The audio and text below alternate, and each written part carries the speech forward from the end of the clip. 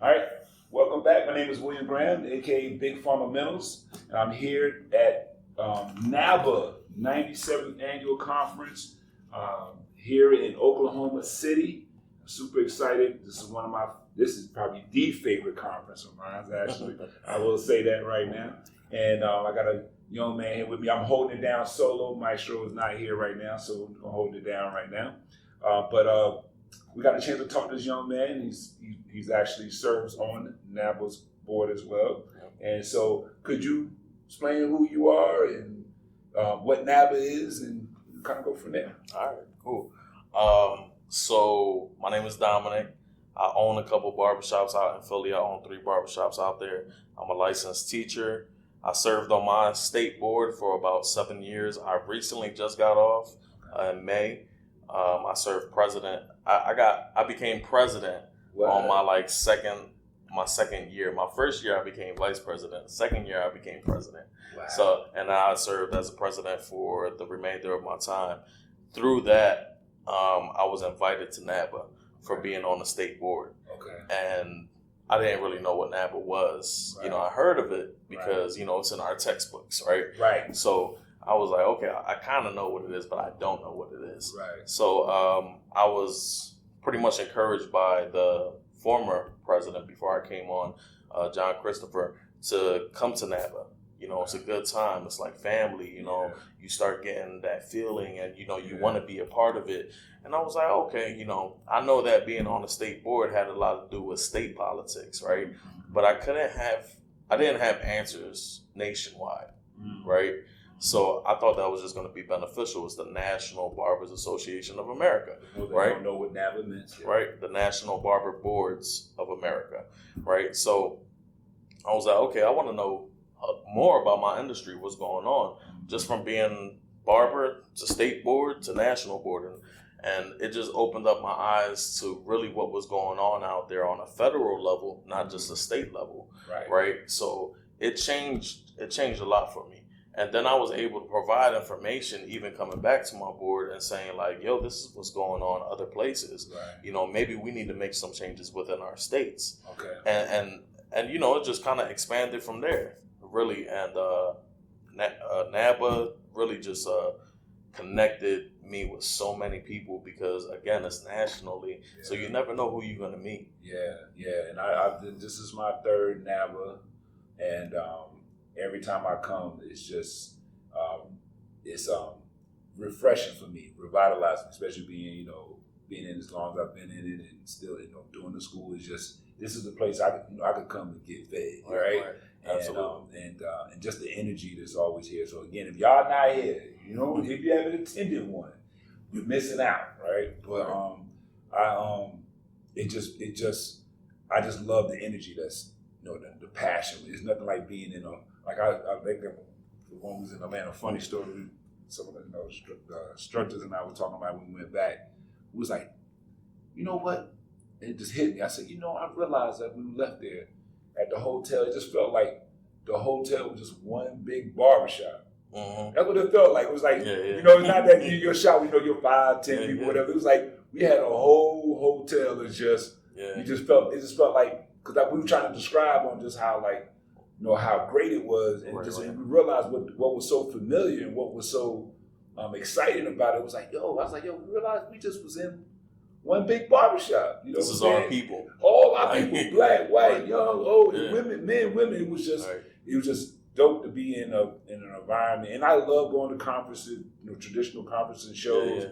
But to me, NABBA just got a different feel, a different type of vibe to it. That I guess the history of it as well. Yeah. And so it was just exciting. So, so I want to back up a little bit real quick and just a little more about Dom, and so how you got into the barbering game, if we could do that. A little bit how you got started, and I know we talked a little bit off camera already. Yeah. But I got to share with a little bit how you got started and.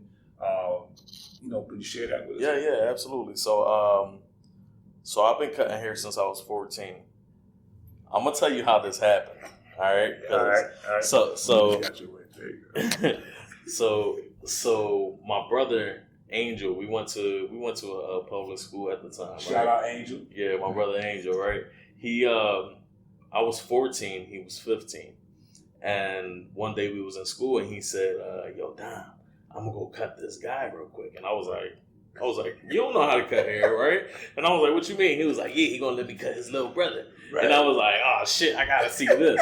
So we went to the guy's house and I was just watching him cut hair and I was just like, damn, like he chopping his ass up.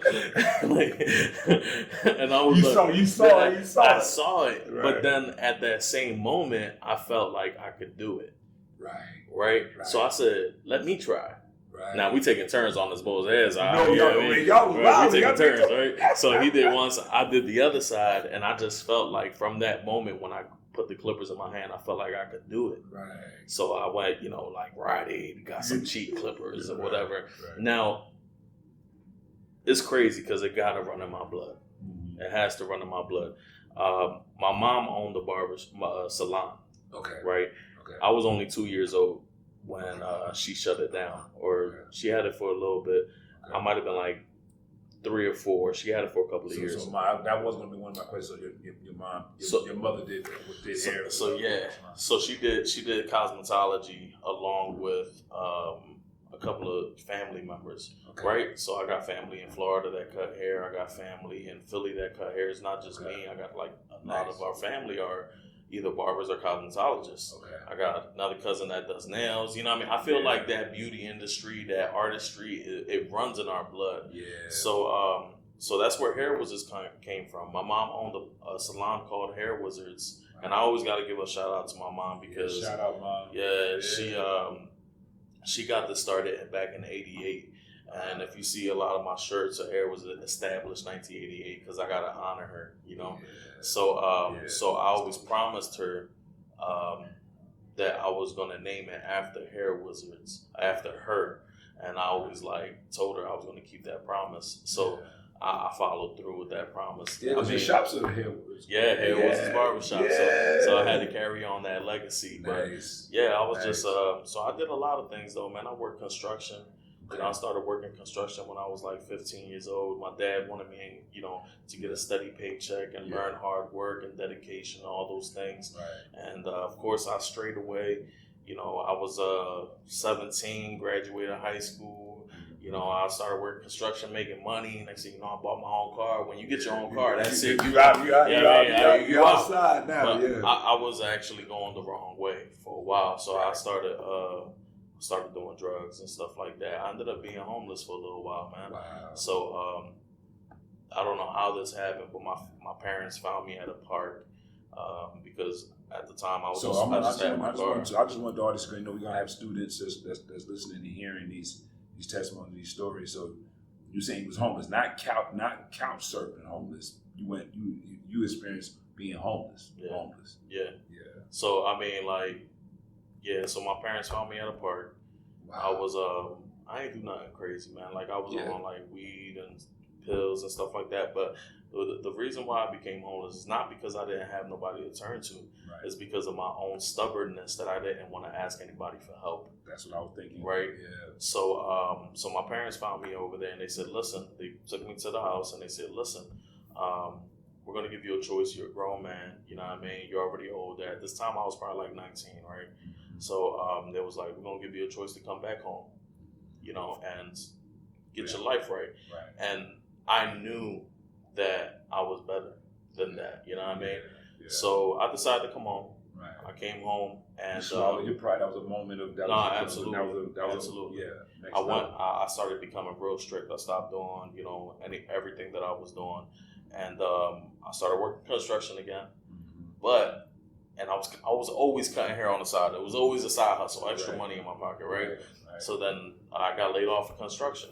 I said, okay, I got another job working railroad tracks. I used to build railroad tracks from scratch, right? So I did that for a few months, got laid off of that. And I was like, I got to make a life decision right now. Yeah. So I was like, you know what?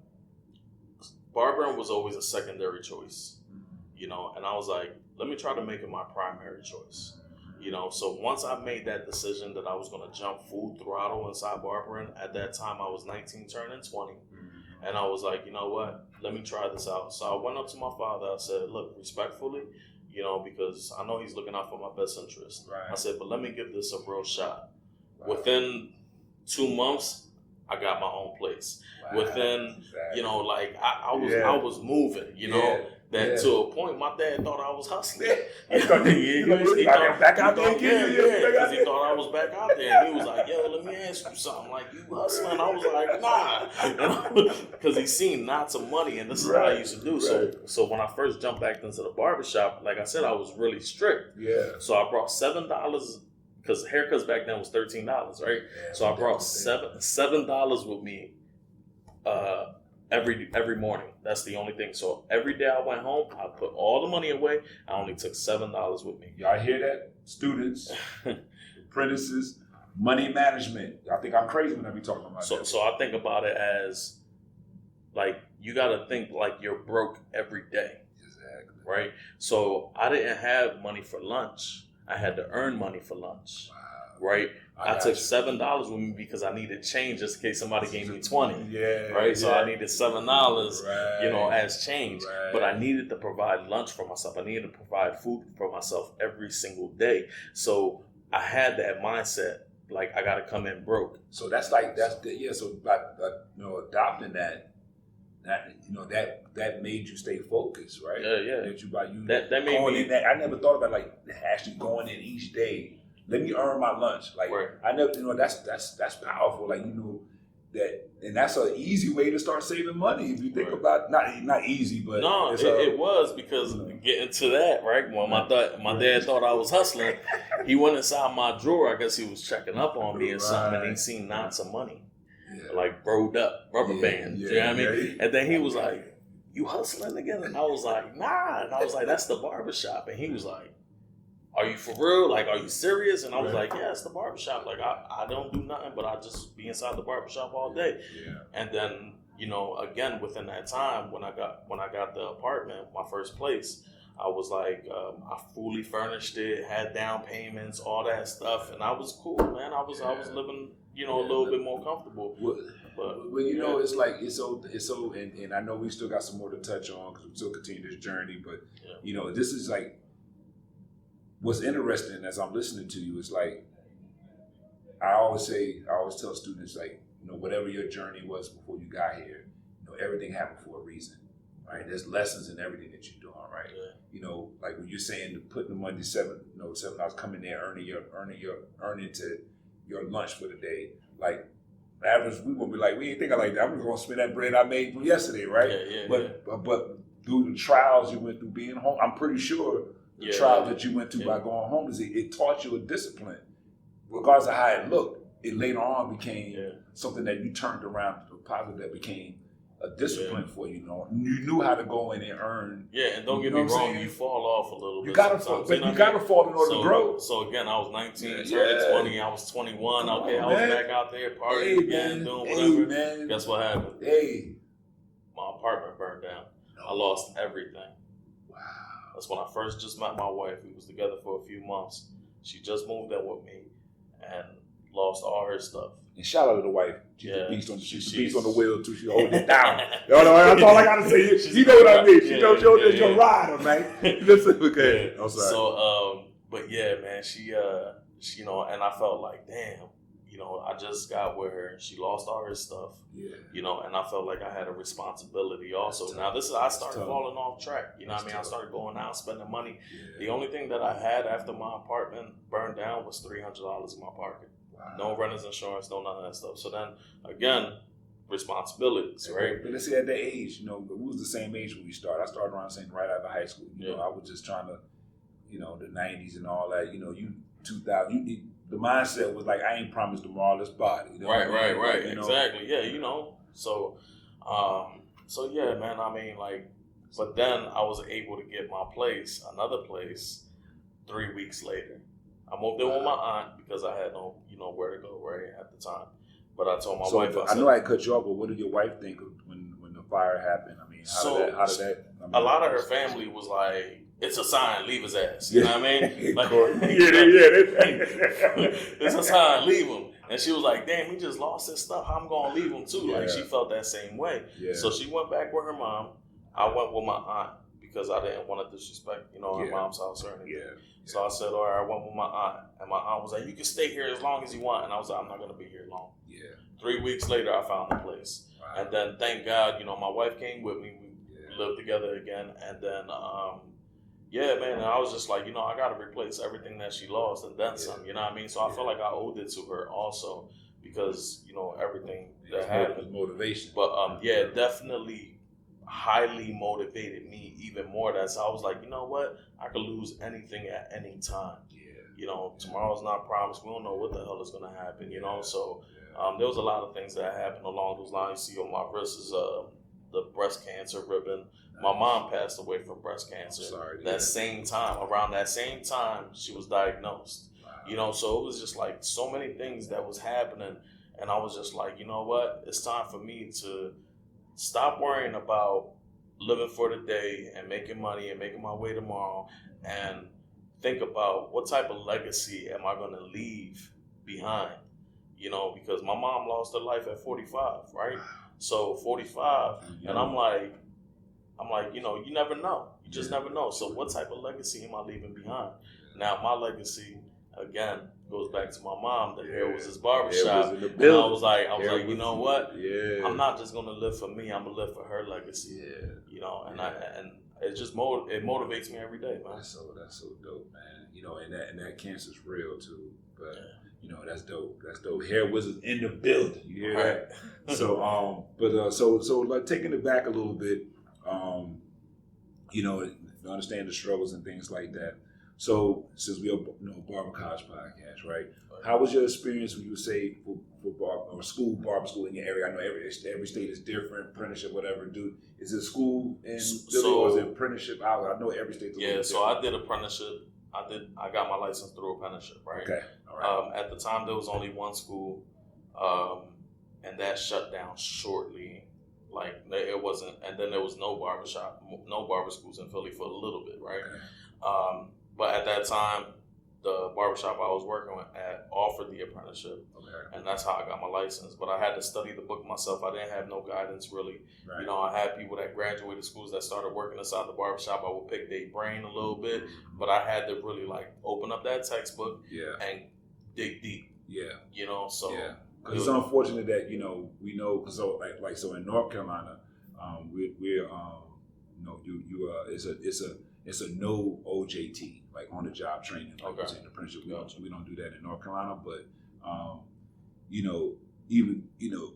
so for those that don't know on OJT, when you're doing on the job training, technically, right? Correct me on this. That technically is supposed to be that the master barber of that shop is supposed to be. Basically becomes your instructors for help with the haircutting and for the help with the theory. Right. And then technically when you get, when they feel like they approve that you get to a certain point, then you go challenge the board, right? And then for your license, correct? That's how, and it comes from our history of our barber history, the master barber and the journeymans and all that fun stuff, right? And because it trickled all the way down to North Carolina. When I was an inspector, I had people say, I want to challenge the board. I was like, listen, you in North Carolina, I'm sorry. You're in North Carolina, bro. But so even still, apprenticeship, OJT, barber school. How was your first experience when you got into the shop? I know you did some little cutting in the beginning. I know you and your brother chopped up my man, and you started doing some cutting. How was your first experience? That's a whole, matter of fact, I want to almost kind of tweak that question a little bit. Okay. How is it doing? I never had really asked anybody how is the OJT experience was. Well, I know you said you picked some people's brains. So I know a lot of people that advice you would give somebody. Yeah, I know a lot of people that take a barber and just fill the chair and pay me my money, right? And I'll just write your shit off and you on your own, right? Me personally, if I'm taking somebody as an apprentice, I'm showing them the way. So I was able to actually come up with my own study guide. I was able to do those classes. Throughout all these years, now I offer a lot more classes for barbers to get their license through me and then hopefully employ them, and I was able to come up with my own system. But it took a lot of time for that. So, when I took somebody in, I just made sure I had the right license, make sure that I was able to guide them the right way, the way that I was guided. I did have a pretty good mentor, Good. So we did talk a lot. Before I left the shop, I was working at a shop for like 4.5 years. Okay. And before I left the shop, we was like brothers, you know. So I did fall into a right place. So if you're doing anything with anybody, if you're looking for a place to go to, period, make sure it's the right place. You know, make sure that you're gonna grow. Make sure that you have guidance. Make sure that you have a safe environment. Yeah. You know what I mean? Make sure like all those things, you got a checklist, because I always tell even my students and my barbers, if somebody comes in for an interview and they don't like the things that I'm telling them, that's fine.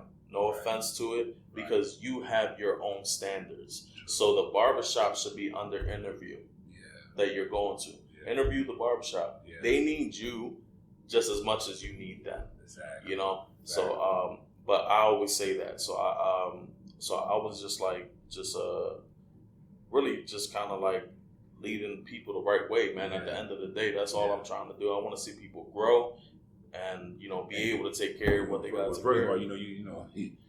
Moms ain't gonna let you come have the hair wizard. Don't be getting people right now. You can't have people come do their hair right. Not their hair wizards. Hair wizards. That's a heavy name. You know what I mean? Like, you definitely got to be strong. You know. So yeah, it was like hair wizard. Hold on. Can you fix this?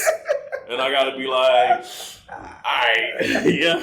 Let me see what I can do. You know what I mean? That's definitely a heavy name to follow. That's a heavy name to follow right there. Yeah. So then going back real quick, when you say, do you remember how it felt when you first got into the shop? Do you remember like how it was? Was you? Yeah, I mean, I'm assuming, was it a shop you kind of frequent yourself, or you just kind of like, how was that? Because at that point, like in the time of my life, I was so strict on myself that I was dedicated. I used to work construction 7 days a week. Yeah. So being inside the barbershop was pretty easy for me. Yeah. You know what I mean? Like, I was just like, oh, man, I could do this all day. And I wasn't tired. I wasn't dirty. I wasn't, you know what I mean? I'm like, hair? Let me just wipe this off and I'm ready to go. It wasn't nothing for me, really. It was a little bit harder just making sure that I pleased everybody. At the time, everything was speed. Yeah. So I would be cutting people in 10, 15, 20 minutes. Right. I used to book appointments every half hour until maybe a year or two. COVID actually, I stopped cutting people every half hour and started making more time. Okay. But other than that, I was hustling. I was moving. I was grabbing every single person that I can. Yeah. Now, and I always say this, all right? So if you're new and chase money, until money chases you. Nice. All right? Oh, say that again. I like that. Chase money until money chases you. All right? Yeah. So your job is not done. And I'm telling you, I've been in the game now for 18 years professionally. Yeah. And I'm still out there. I'm still cutting hair. I'm still going to classes. I'm still taking classes. I'm giving classes. I'm doing all these things. Yeah. And now, money is starting to chase me. Nice. And thank God for that. Yes, nice. I'm glad you touched on that, because that's definitely what I want to talk about. Is like, what advice you kind of already gave advice of students getting out. And since we're talking about professional development, bringing back to that, how important is it for you, say, for a student to, when they get out, or an apprentice when they get out, how important is professional development? How important is it coming to NABBA? Yeah. So you got to learn how to, like, I'm from Philly, you know what I mean? So Philly's real hood. Philly get that money. So I gotta learn how to flip the switch. Yeah. So I tell my barbers, act like you're talking, all right, and it's kind of messed up, right? Because we from Philly. So I'll be like, act like you're talking in front of a judge. All right. Right. And I say that, or a lawyer or something like that. You have to come with proper speaking. You have to come with proper terminology. You have to give your best. Yeah. Right. So it's the same thing inside of a barbershop. You never know who's walking in. You never know who's listening. And really, if you want to grow as a person, you have to learn how to talk correctly. I can't be dropping half of the stuff that I would, in front of my family and stuff like that. Know me. Right. In this conference. Yeah. Right? Yeah. So I have to learn how to be professional. Yeah. Flip that switch. Yeah. Be a chameleon. Yeah. And blend into your environment. Exactly. And that's one of the things. It's funny you said chameleon. That's exactly what I tell students, is that's what I talk about from a standpoint. I like how you're saying the switching it, and switching to being professional and knowing you know your clientele, you know your audience, and when you right. Yeah. But because you're gonna be a chameleon when you get in the shop when you start cutting, because you're gonna wind up picking up. That's gonna be the stages. Yeah, absolutely. So, but then when eventually what happens is that I do it so often that now it's a part of me. Yeah. You know, so now I know how to, like, I carry myself professionally all the time now. Right. I talk differently now. Yeah. You know, just because I'm just trying to feed myself as much knowledge as possible so that way I can continue to grow. Right. And really, that's what it's about. We got to continue to challenge ourselves and grow. And not to be afraid of want to learn something new every day. That's what I tell myself. I love to learn something new. Right. And but you're right. You got to be wanting to grow. So, how would you define? This is backtracking for a second. And I forgot to ask you. Like, how would you define professional development in barbering? What would you in when you talk about barbering? What would be some professional? How do you define what makes professional development in barbering? In your opinion or your thought? Really, it's just at the end of the day, man. Just be willing to be an open book. Yeah. You know, you have to be an open book. Define professional development. That's hard, man, because you never know what type of stages somebody is in their life at the moment. So, you know, when you start to grow, you're gonna put yourself in different positions, right? So I was a manager, I was an owner, I was a barber, I was all these things. I'm a teacher, you know, board member, state board. So every time that, you know, you're put in one of these different positions, you're gonna you're forced to grow, regardless, right? So professional development comes with what type of positions you're putting yourself in, right? Because professional development is really everywhere when you think about it, right? It could be just literally from going to the store and seeing a way a particular, maybe a product is being becoming a salesman. Or becoming a salesman. You have to become a salesman in a sense, you know, because you're not just like somebody not just gonna come into the barbershop and be like, yo, I want this book. No, you got to learn how to sell yourself, sell your service, right? It's in everything that we do, right? Even when we go to the restaurant, watching customer service and just seeing how, you know, they're acting and responding. How would you take that same attitude? Exactly. Yeah. So that's what I used to do. I used to ask. And this is one of my things I used to do, and this is actually how I came up with my barbershop services and answering the phone and greeting people, is that anytime someone sat on my chair, and this is how you can actually help yourself grow. Anytime someone sat on my chair, I always ask them, is this your first time here? First of all, right? Oh, yes, this is your first time. Okay. Have you, what happened at the last barbershop? What happened with your last barber? Right. Like, because if you got a 20-year-old boy coming into your shop, he's been somewhere else. He's been somewhere. You know what I mean? You got a 5-year-old kid coming in. Especially the he's first been time. somewhere else. Yeah. You know? So what happened with that barber that you don't go to him anymore? Right. Oh man, he was always late, or he didn't respect my time, or he never answered my phone, or he never did this, or he never did that, or whatever the case was. He did what he wanted to do, not what I wanted. Right? That's a big one, right? So when you hear all these things, the answers that they're giving you is how you're gonna manage your business. That's right. Or what you're not gonna do. Yeah, they give you gems. Right? They give you that. They give it to you right on. But a lot of people don't listen to that. Oh yeah, I'm better. But then next thing you know, they start falling into the same path. Right. You got to respect your clients just as well as much as you want respect from them. Right. All right. Right. So, but yeah, I would say that's gonna help you develop your professionalism, is becoming a problem solver. Yeah. Problem solver, not, you know, just taking on the problems with no solutions, right? Right. You got to become a problem solver. Right. Now, I know you had a long day, so I just want to ask a few more questions. We're definitely going to continue this conversation another time or whatever, what have you. But so I know you said you do the apprenticeship program and everything like that. How do you keep up with some of the trends and the industry changes, and how's it involved, and how does it affect your training program? How do you stay up on? So yeah, I mean, like, to make sure your barbers are up to par. Yeah, absolutely. Yeah. So I just surround myself around the right people, right? So if I'm going to hair shows, I know what I'm looking to learn too, right? You never know what you're going to pick up off of somebody, right? And I'm not going to take like 100% of what you told me, but I might like take 10 from you, 10 from this person, 10 from that person, and now I got my 100, right? You know what I mean? Right. But what I need to know, and then it's like really just like, what are your goals? So right now, my goals is to become a better teacher.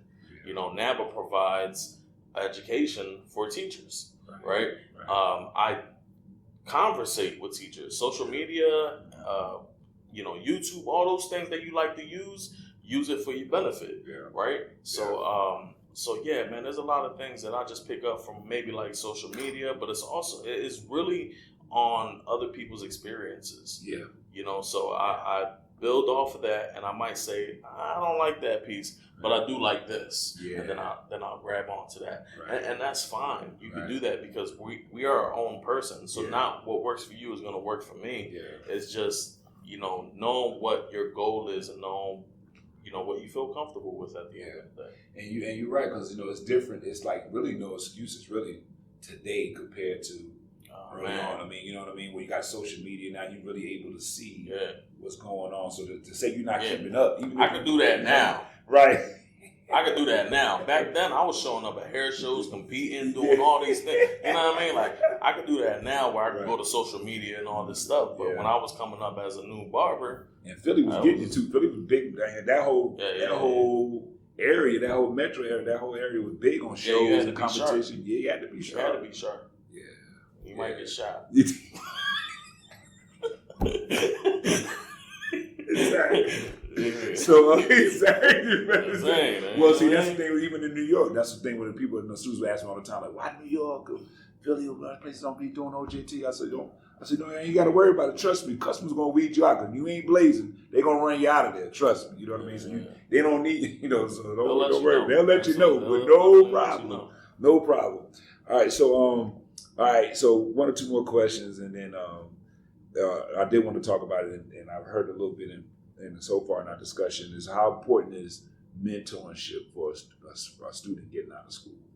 How important in your mentorship is to find a mentor when you get out? Mentorship is huge because, again, we are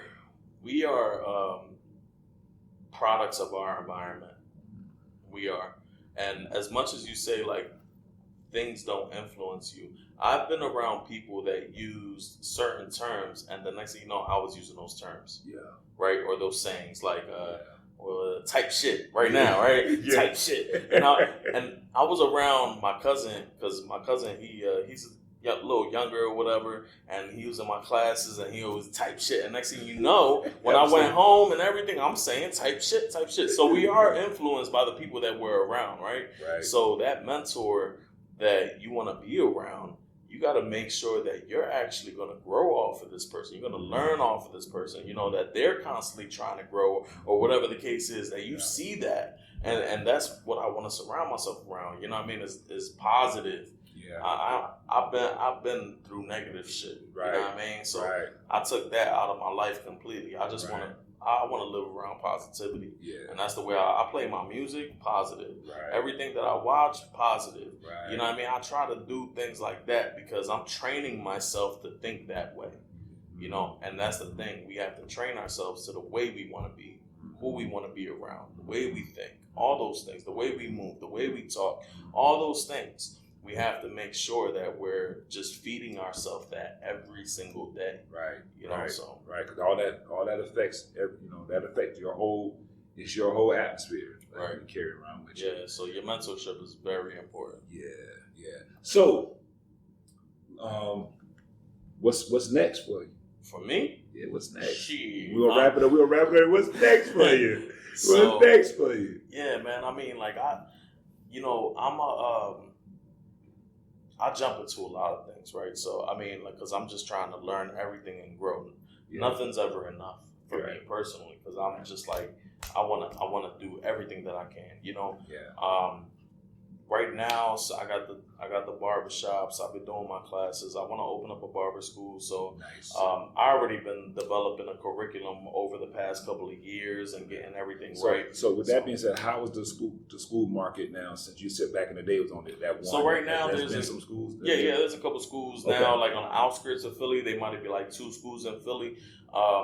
but it's just like I'm not, Yeah. kind of. I'm not. All right. So you're only in competition with yourself. That's right. So I hear that. for me, it was never about. I never looked at other barbershops, what they was doing, other barbers, what they doing. I never was influenced by anybody else, right? Because I've been through that bullshit before already. Basically, yeah. So I was never influenced by somebody else. I was only in competition with myself. So even if there's 10 barber schools in Philly, I don't care. It's not your school. It's not mine. Yeah. Exactly. I'm gonna make the type of difference that I'm gonna make within my community and my peers and everything like that. Yeah. So, I do want to keep on expanding because my goal is to keep on expanding the barbershops. Nice.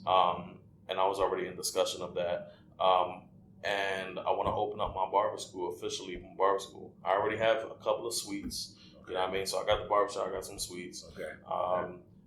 And right now I've been doing a lot of education nationally with Sensory Safe.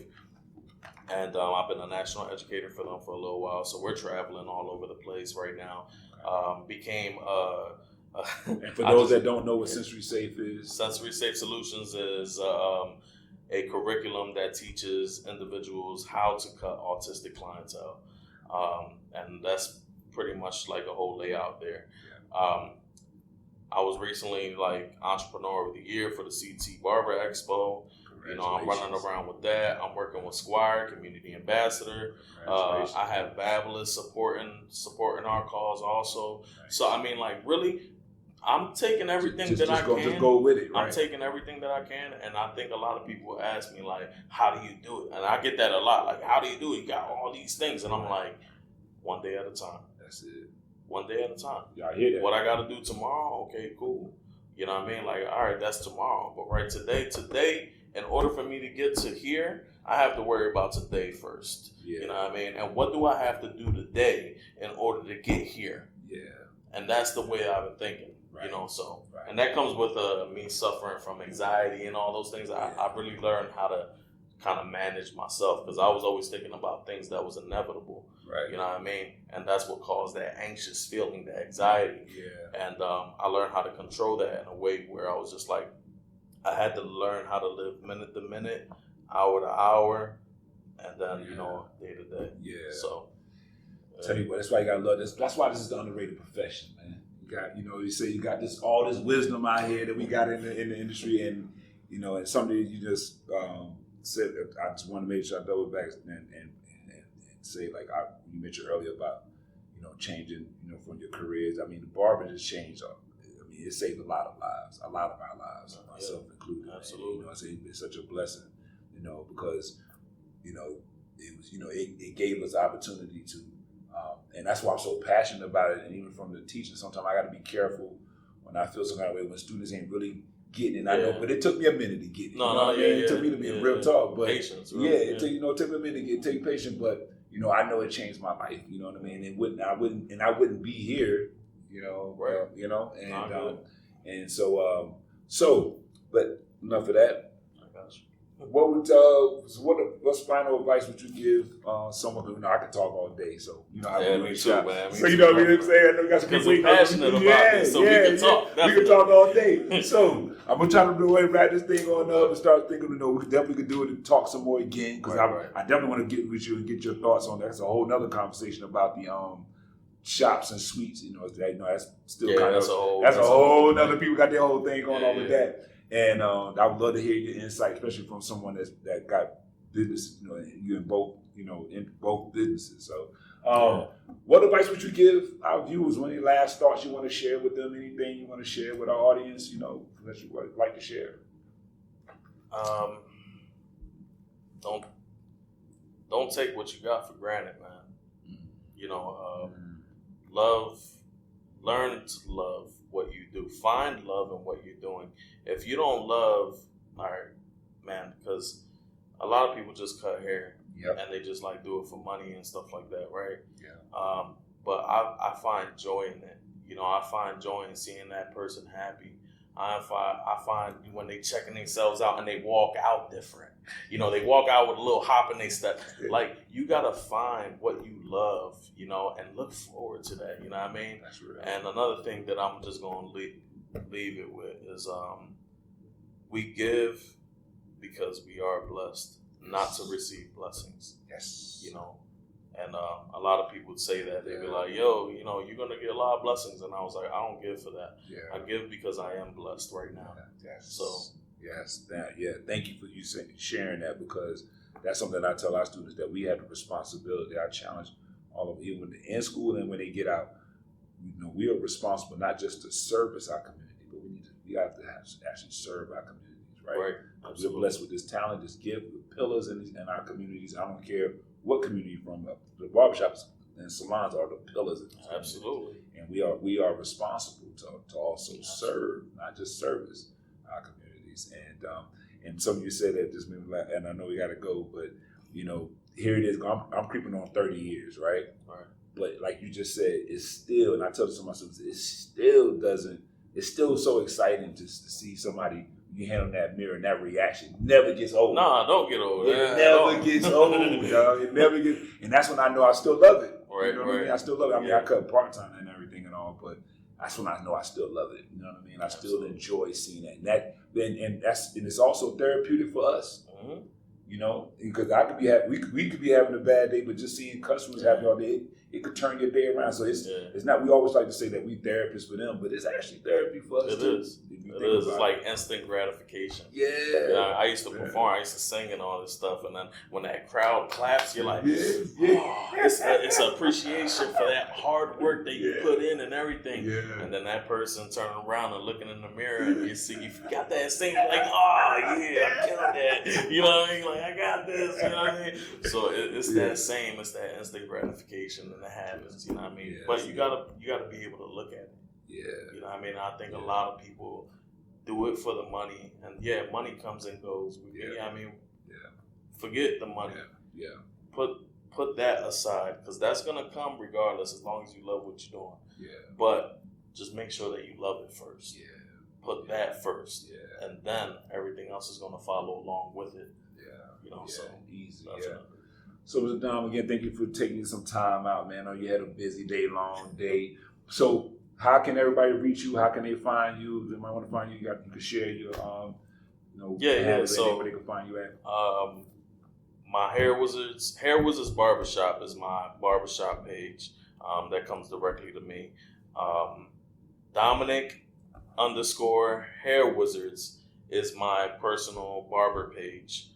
You can definitely find me there. I'm available, man. I get my cell phone number out.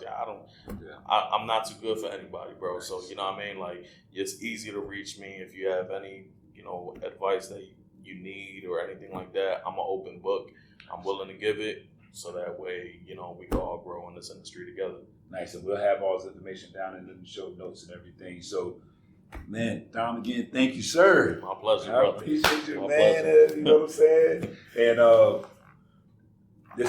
we down at 97th. All right? 97th, yeah. 97th, down in Oklahoma City, NABBA. And this was great. Got a chance to talk to Mr. Dom, Mr. Third Vice President. So next time y'all be here next year, we might be going up to second. Yeah, I'm going up to second this year. Yeah, second Vice President. But again, thank you again, and thank y'all for watching, and we'll see y'all next time. All right. Have a bang. All right. Appreciate you, man. Absolutely.